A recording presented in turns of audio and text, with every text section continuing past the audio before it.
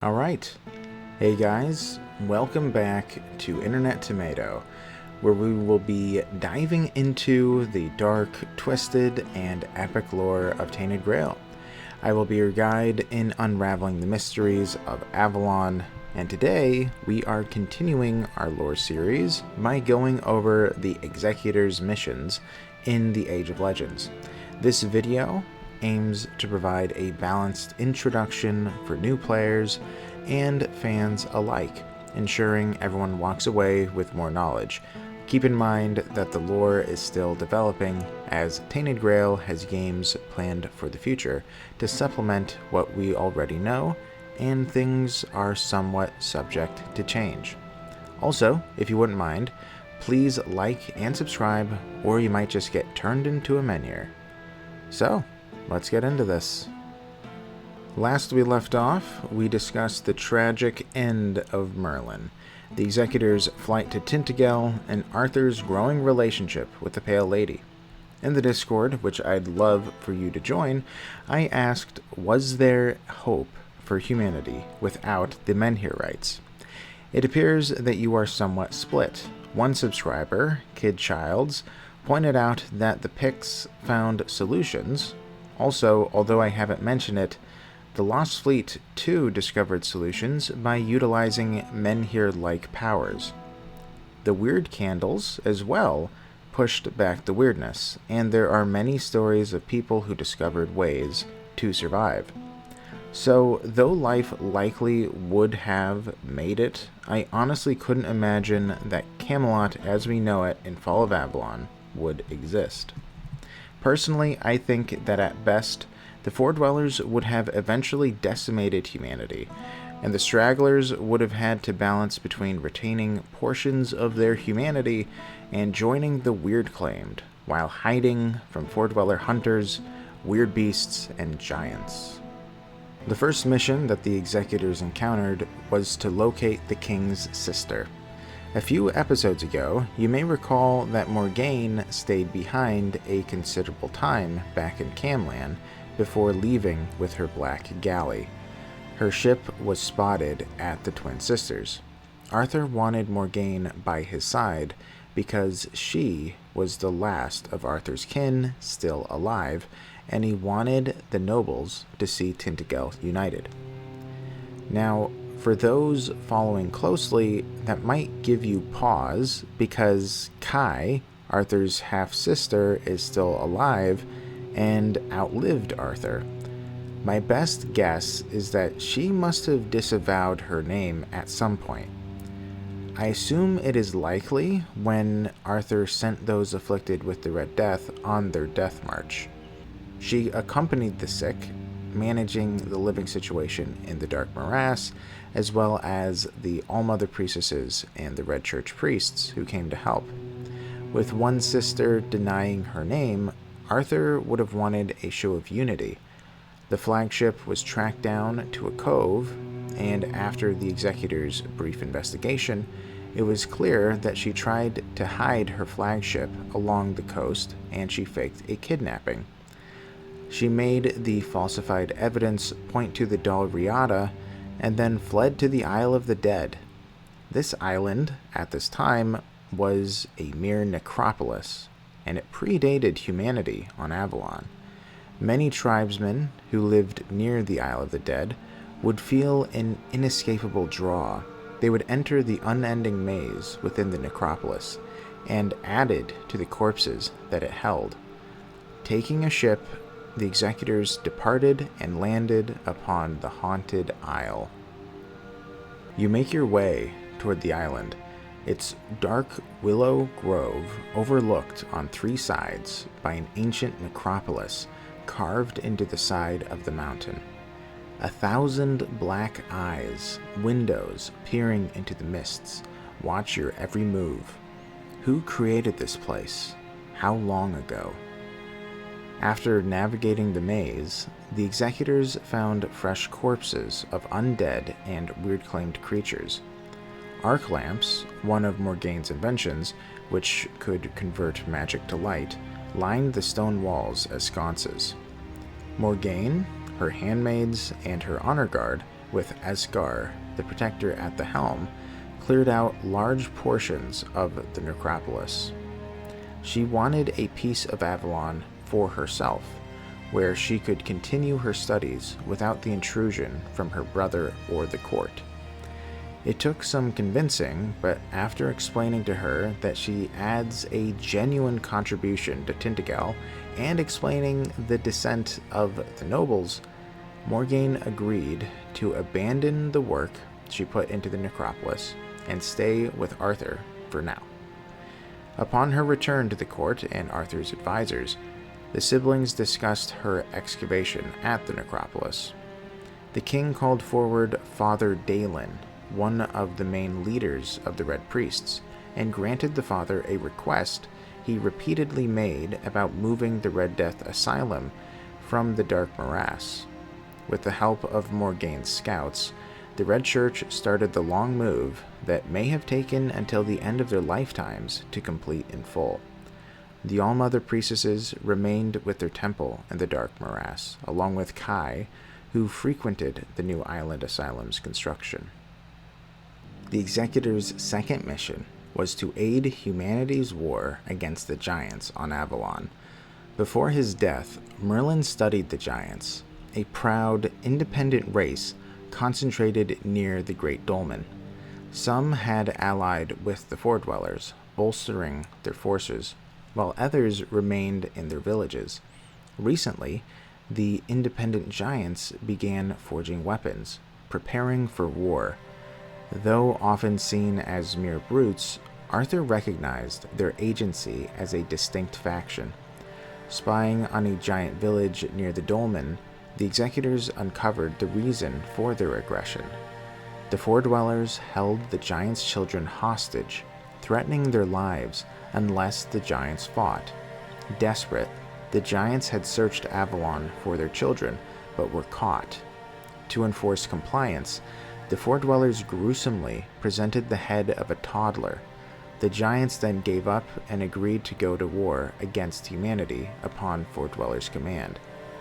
The Executors took up the search, aiming to free the children and break the giants' alliance with the Foredwellers. They found the children, each twice the size of a grown man, and they were locked in caves beneath Titan's steps. After freeing them, the children fled into a nearby forest. The Executors rushed to inform Arthur, as the giants had already mobilized, and the conflict demanded a very swift resolution. Racing to White Point, a Dalriada settlement, the Executors found the remnants of a brutal skirmish with hundreds of corpses. Arthur's army had been pushed to the cliff's edge, and they only had minutes to live as the giants planned their final assault. During a lull in the fighting, the Executors slipped past the giants to reach Arthur. Explaining the situation, they prompted the king to act decisively.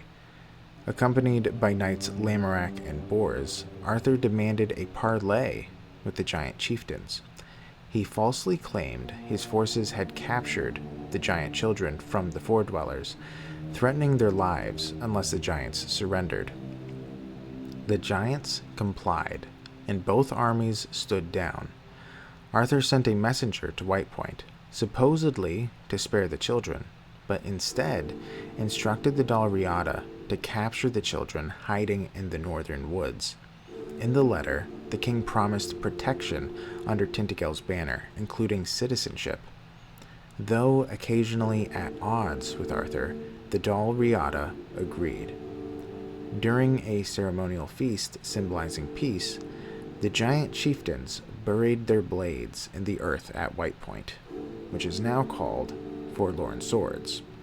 While the monstrous beings were distracted, the Dalriada rounded up the children, delivering them to Arthur's forces.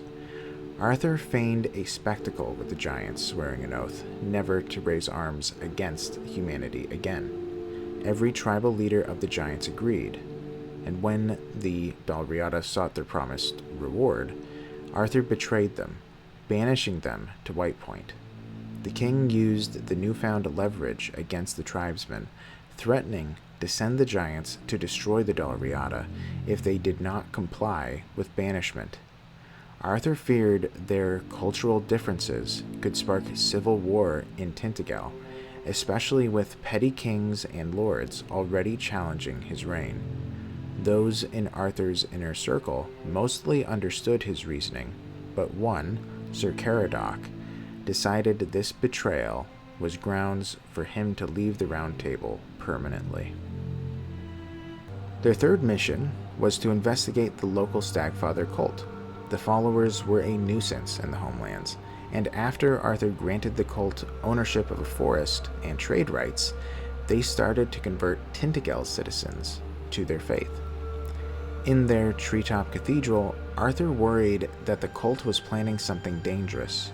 The Executors were off again, this time heading to the Treetop Cathedral, just a dozen or so miles north of Connacht. The sound of saws and axes carries far in this magnificent forest. Next to its largest central glade, a group of grim people covered in hunting trophies toil, creating a construction unlike anything you've seen in the homelands. Its legs rest on platforms high in tree crowns, its filigreed roof hanging like a cloud over the forest. After the Executors showed the cult that they meant no harm, they met with the leaders, who surprisingly knew of the Executors and their travels with the expedition and Merlin.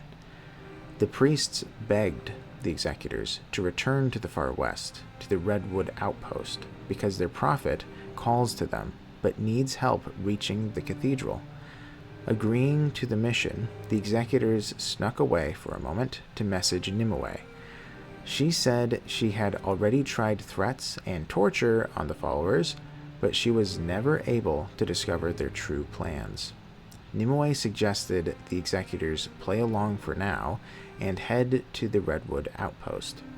After a long journey, they returned to the outpost that they had helped form and were greeted by many friendly faces. Delving deep into the woods, the Executors found a half-built cathedral and a figure. While its body retains a vaguely human shape, something keeps pushing at the skin from the inside, as if the creature was a skin sack packed tight with moving bones, skulls, and antlers. This warped man was the prophet. Cautiously, the Executors told the man of the Stagfather cultist's progress on the Treetop Cathedral north of Connacht. Upon hearing the news, the envoy of the Stagfather began boiling under his skin with anticipation. The Executors didn't delay and rushed to their boat to sail for the creaking cove near Tintagel. Upon their arrival, Nimue hid in the shadows, attempting to sneakily cast a spell to identify what was happening to the prophet. Upon casting the incantation, the prophet showed its true form as the Stagfather's avatar. Its skin sack shed as bones beneath grew and formed into a hulking beast. In moments, the being grew to the size of a galley and hurried to reach the shore and the Treetop Cathedral beyond. As Nimue attempted to stall the giant beast with powerful spells that wreaked havoc upon the Avatar and the dozens of moored ships, the Executors hurried to mobilize a military force to take this god down. The terrain forced the Avatar to go right past Connacht, and it was there, in a field to the north of this tiny village, that the Executors had their troops assemble for a fight. The Executors had limited time to set up defenses, but they managed to construct traps, build ballista, and prepare explosive powder. Then, in the distance, the looming Avatar approached, running headlong to the forest for its ascension. The Avatar comes, ground trembling under its hooves, its antlers blocking the sun in a sudden eclipse. The traps slowed the Avatar, and it became a pincushion for the projectiles. Tripping over, the giant was then hacked at by axes and pikes. The Avatar refused to quit and charged into the human lines. The The Treetop Cathedral was within reach, and just when all hope was lost, the Avatar succumbed to the blood loss that appeared like streams running down its massive body. It collapsed and destroyed the cathedral in its fall. The Avatar was defeated, and the Stagfather's followers scattered, fearing that they would be put to the sword. The Executors' final mission was to aid the builders working on Camelot's construction. This was a very nice change of pace after settling the war with the giants and defeating a god. All they had to do now was head over to a place called Hangmans Tongue and see what was taking the workers so long to get going. There had been several workers, including the chief architect, who died under mysterious circumstances. Heading to the cliff on the far east of Avalon, the Executors met with Sir Yvain, who managed the operation. 3 workers a week disappeared, and it was hard to motivate the rest. The chief architect, Kenric, who was attributed to many of Camelot's titanic constructions back in the homelands, had jumped off the cliff where the new Camelot was to be built.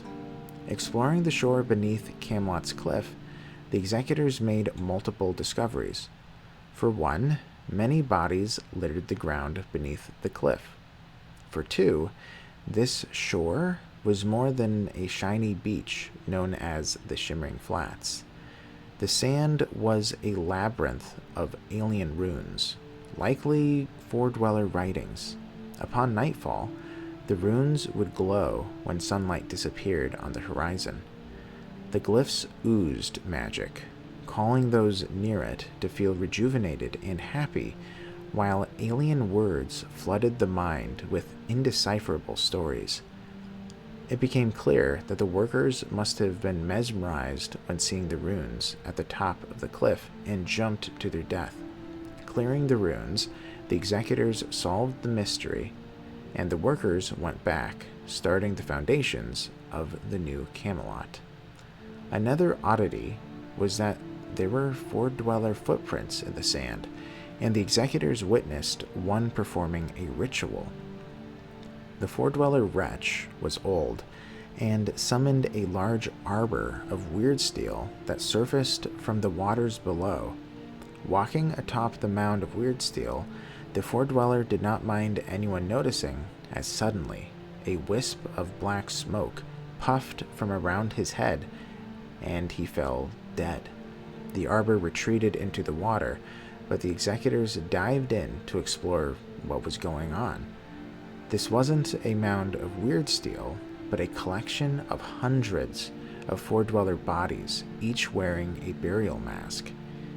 It then dawned on them that destroying the glyphs on the shore altered whatever afterlife these souls entered upon death.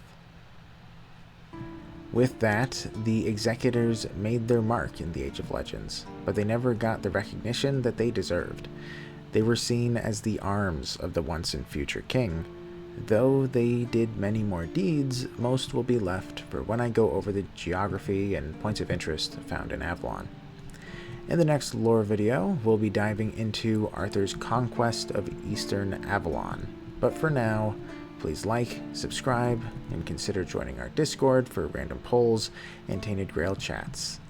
Thank you so much for watching. I hope you guys have a great day, and I'll be seeing you guys in the next one. Also, I do want to say, real quick before I go, a big thank you. I recently hit 500 subscribers. I recently joined the YouTube partnership program thingy, and that is really cool. I appreciate all of your guys' support, everything that you've done, and I love you guys. So yeah, I'll see you later. Bye bye.